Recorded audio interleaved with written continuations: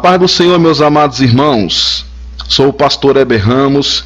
Hoje nós iremos continuar o capítulo 26. Paramos ontem no capítulo 25 e hoje nós iremos entrar no capítulo 26, neste capítulo que é tão tremendo, com tantos fatos que o evangelista Mateus narrou aqui no Evangelho. Ele é o maior capítulo de Mateus e ele também é o maior capítulo de todo o Novo Testamento. Então esse é com certeza um dos capítulos mais, vamos dizer assim, mais importantes da palavra do Senhor. Existem muitos fatos aqui de suma importância para a nossa vida. Aqui Jesus volta a deixar claro que seu objetivo é a cruz. Ao mesmo tempo, as autoridades judias preparavam seus planos e estratagemas. Caifás era um sumo sacerdote. Sabemos muito pouco sobre Caifás.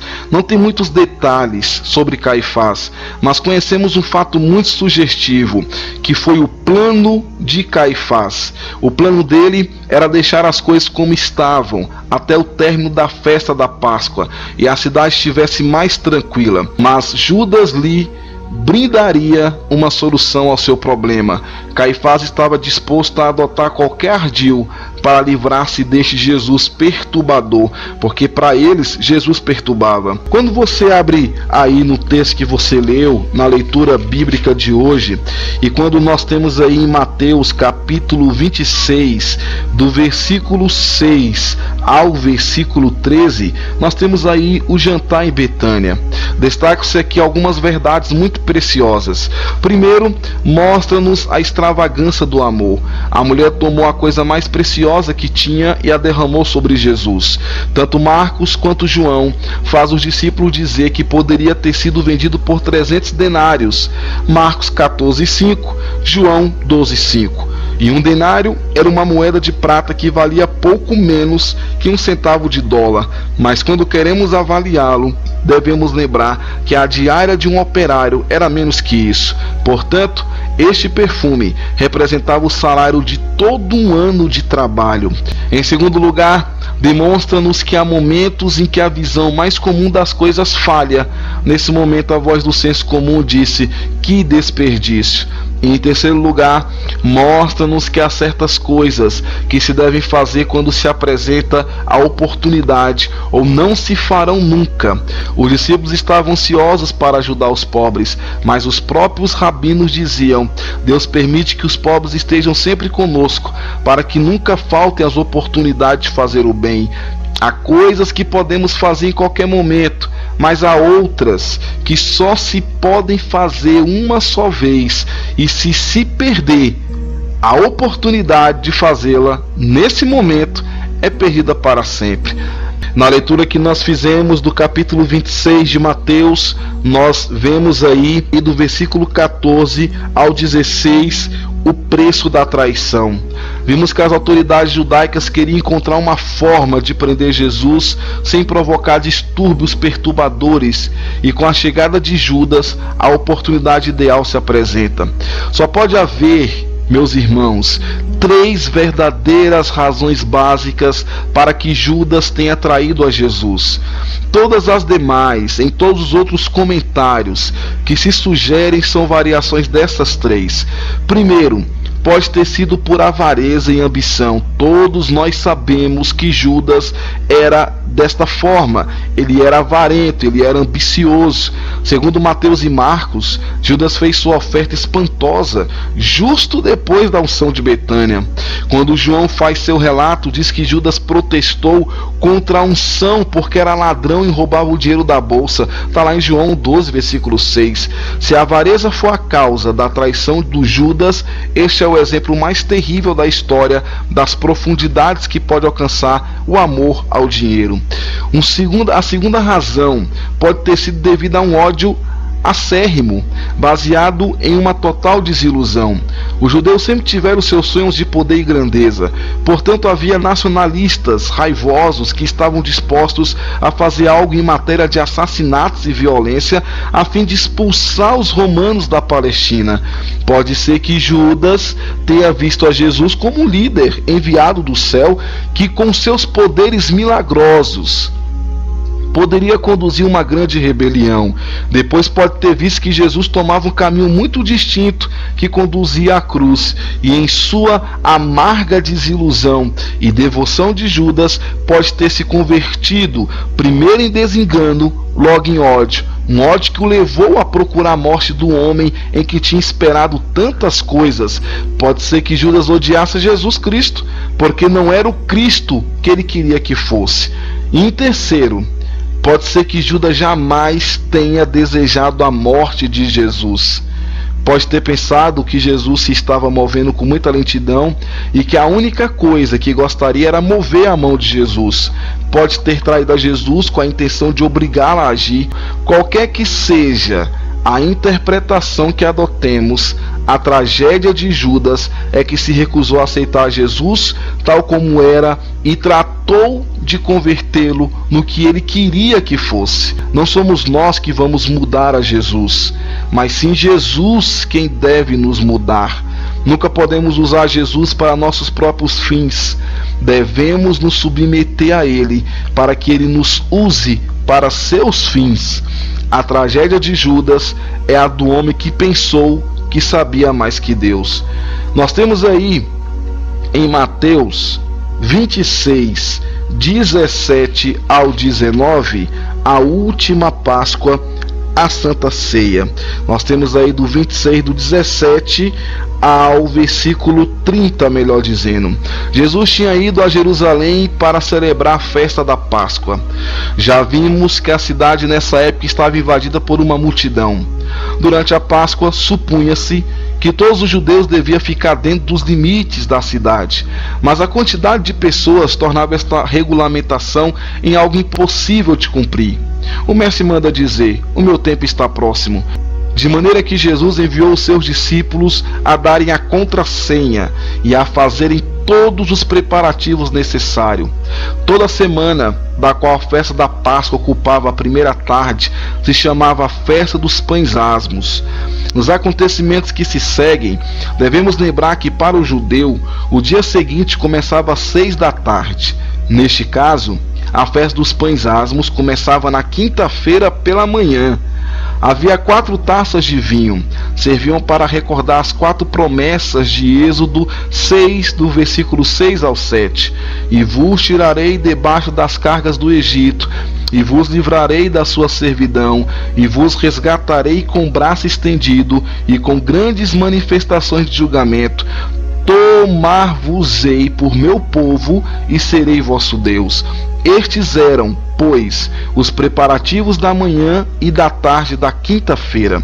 Essas foram as coisas que os discípulos prepararam, e em qualquer momento, depois das 6 da tarde, quer dizer, quando tinha começado na sexta-feira, 15 de Nissan, os convidados podiam reunir-se ao redor da mesa. Quando nós vamos para Mateus 26, do versículo 20 ao 25, nós temos aí as últimas cenas do relato de Mateus. Há momentos em que Jesus e Judas parecem estar em um mundo à parte. Judas deve ter desenvolvido suas turvas atividades no mais completo segredo. Deve ter feito todos os seus movimentos às escondidas, porque se outros discípulos se interessassem de seus propósitos, não teria escapado com vida. Judas tinha oculto seus planos e seus companheiros, mas não podia escondê-los de Cristo. Sempre acontece o mesmo. Qualquer um de nós, qualquer um pode esconder seus pecados de seu próximo, mas nunca poderemos escondê-los dos olhos de Jesus Cristo, que vê os segredos do coração. Jesus sabia, e era o único que sabia, quais eram os planos de Judas, e agora podemos ver os métodos que Jesus emprega com o pecador. Jesus poderia ter usado seu poder para fulminar Judas, para paralisá-lo, para fazer impotente e até para matá-lo, mas a única arma que Jesus está disposto a usar é o apelo do amor. Um dos grandes mistérios da vida é o respeito que Deus manifesta para com a livre vontade do homem. Deus não obriga, Deus não coage, Deus só chama. Quando Jesus busca evitar que algum homem peque, ele faz duas coisas. Em primeiro lugar, confronta o homem com seu pecado. Trata de fazer com que o homem pare, veja e pense no que está fazendo. É como se lhe dissesse: olha o que está para fazer. Pode você, em realidade, fazer algo semelhante? Tem-se dito que nossa maior segurança diante do pecado reside no fato de que nos surpreende e escandaliza. E Jesus de vez em quando faz com que o homem pare, veja e se dê conta, para que sua surpresa o devolva a prudência. Em segundo lugar, confronta o homem com ele, com o próprio Jesus.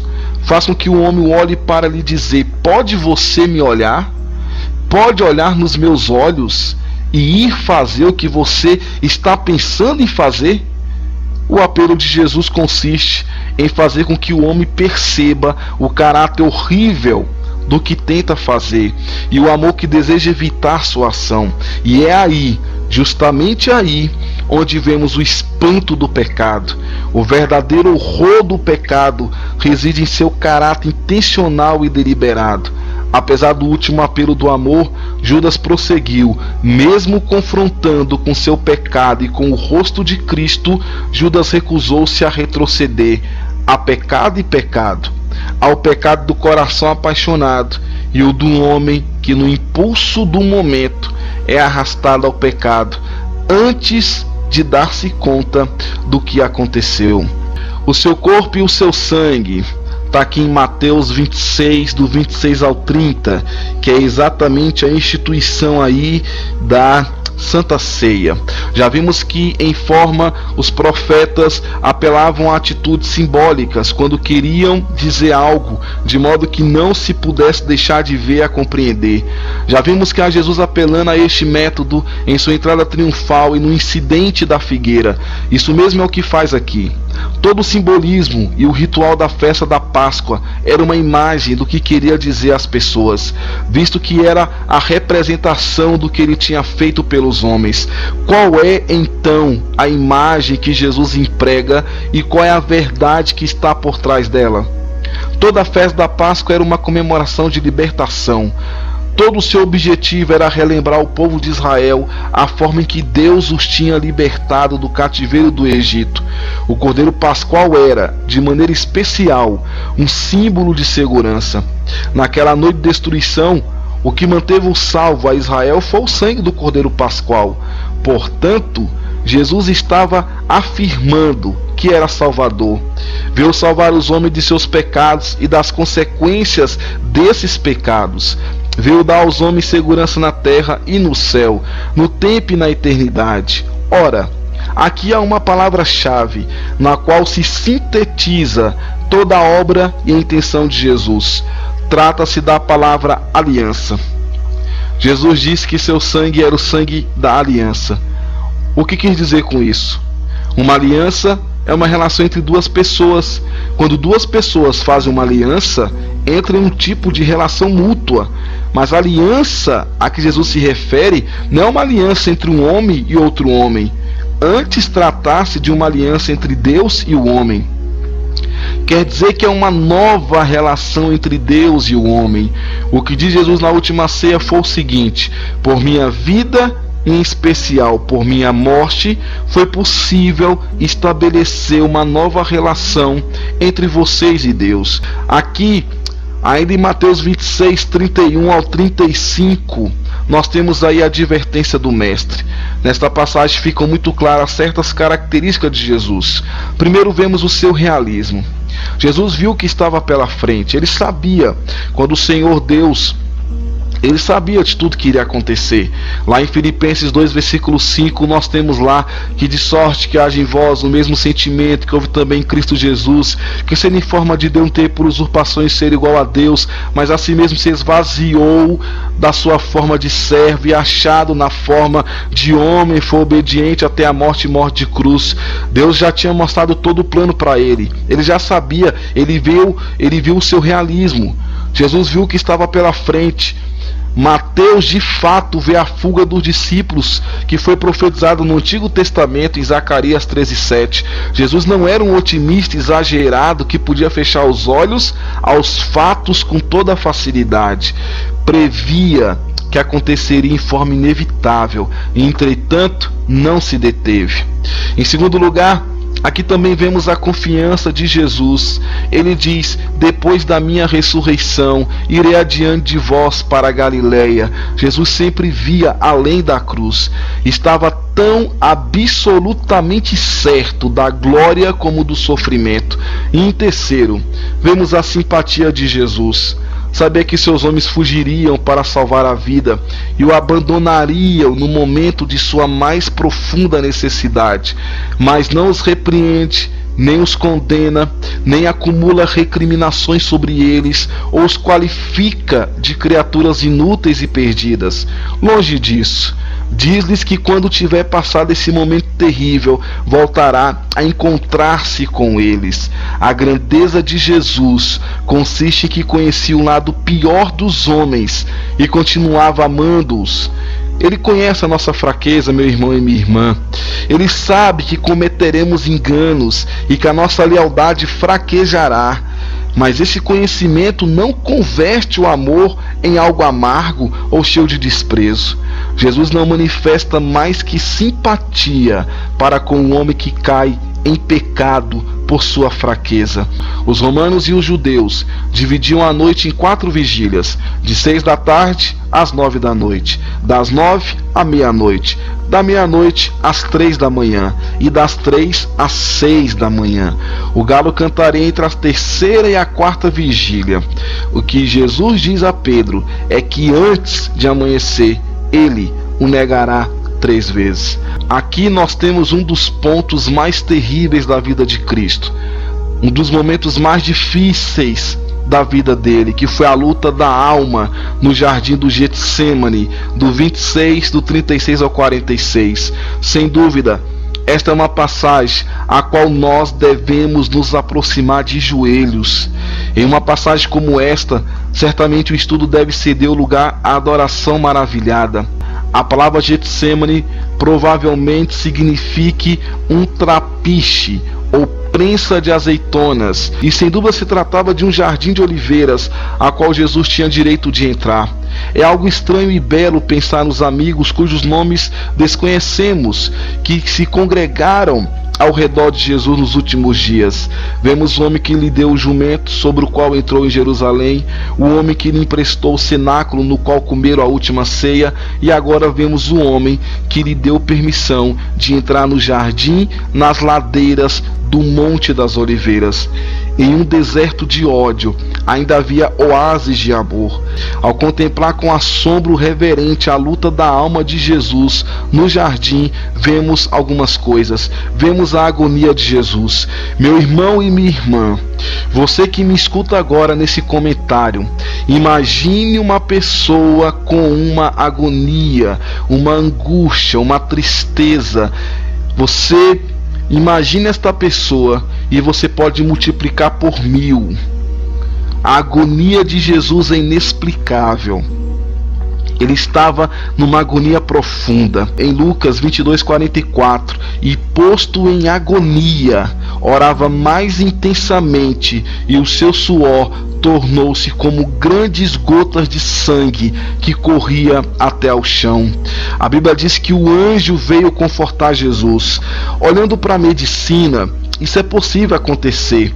Eu estava fazendo uma pesquisa, diz que é algo chamado hematidrose. Alguns falam hematrinose. Então, isso acontece quando é um sangramento que ocorre quando pequenos vasos sanguíneos se rompem. Uma vez rompido, o sangue se mistura ao suor. Diz que o homem pode ser tão profundamente abalado em suas emoções, ele pode estar num estado de angústia tão profundo que a pele fica como sensível. Os vasos sanguíneos se dilatam, se rompem e o suor se mistura com o sangue. No caso de Jesus, o que podemos dizer é que ele foi submetido a um estresse físico e psicológico fora do comum, extremamente elevado. Seu corpo sofria muitas contrações e abatimentos generalizados, o que pode ter contribuído para dilatações dos vasos capilares. Numa condição como a de Jesus, esses vasos se romperiam facilmente. Poderíamos concluir que esse sangramento ocorrido em Jesus foi a soma de todas as pressões, ansiedades, agonias, tristezas, estresses e abatimentos antecipados. Então, meu querido, foi uma agonia fora do normal, algo muito difícil de se explicar. Então, olha só o que aconteceu. Ele estava no momento de angústia, no momento de muita tristeza. Ninguém pode ler esse relato sem perceber a intensa realidade dessa luta. Não se trata de uma simulação. Aqui vemos uma luta cujo resultado fez mover o fiel da balança. A salvação do mundo estava na balança no jardim do Getsêmani, porque até nesse momento Jesus teria podido retroceder e o propósito de Deus teria sido frustrado. Neste momento, tudo que sabia Jesus era que devia continuar e que tinha uma cruz pela frente. Com todo respeito, podemos afirmar que aqui vemos a Jesus aprender a lição que todos devem aprender em algum momento. Estava aprendendo a aceitar o que não podia compreender. Tudo que sabia era que a vontade de Deus o chamava de maneira imperiosa a continuar neste mundo. Todos enfrentamos coisas que não podemos compreender, e é nesse momento, quando a fé é provada até seus últimos limites, e então a alma recebe um bálsamo ao pensar que Jesus experimentou o mesmo Getsêmani. Vemos a solidão de Jesus. Ele levou consigo seus 3 discípulos prediletos, mas estavam tão extenuados com o drama desses últimos dias e horas que não puderam manter-se acordados, e Jesus teve que travar sua luta a sós. Isso também é certo de todos os homens. Há certas coisas que o homem deve enfrentar e certas decisões que deve tomar na terrível solidão de sua alma. Há momentos em que a ajuda fracassa e o consolo desaparece, mas nessa solidão temos a presença daquele que no Getsêmani experimentou o mesmo e superou. Por último, nesse comentário desta quinta-feira, capítulo 26 de Mateus, teve o beijo do traidor. Agora a grande pergunta que se faz é a seguinte: por que Judas teria que fazer isso? Mas ainda, por que seria necessário identificar Jesus? Todo mundo conhecia Jesus. As autoridades não necessitavam de uma identificação de Jesus, e sim de uma ocasião conveniente para prendê-lo. O curioso é que a partir do momento do beijo, Judas desaparece de cena no jardim até o momento do suicídio. Nem sequer apareceu como testemunho no julgamento de Jesus. É muito mais provável que um momento pasmoso, terrível, esmagador, dilacerador, Judas tenha percebido qual mal tinha feito seus cálculos e que se afastou em meio da noite, desfeito e torturado para sempre. Se esta interpretação for correta, nesse momento, Judas entrou no inferno que ele mesmo construiu para si mesmo, porque o pior tipo de inferno é a percepção total das espantosas consequências do pecado. Esse capítulo 26, ele enche o nosso coração de alegria. Foram momentos de muita tristeza. Jesus sofreu ali no jardim do Getsêmani, uma luta terrível, mas o nosso Deus estava com Cristo. O anjo confortava Jesus. Ele estava ali o tempo inteiro, o tempo todo. Meu querido irmão, minha querida irmã, o livro de Mateus é simplesmente maravilhoso e Deus tem falado poderosamente ao nosso coração. Amanhã, se o Senhor nos permitir, estaremos falando do capítulo 27 e Deus falará conosco de uma forma especial. Um forte abraço, meu irmão e minha irmã. Fique com Deus. Que Deus te abençoe e tenha um ótimo dia na presença de Deus. Amém.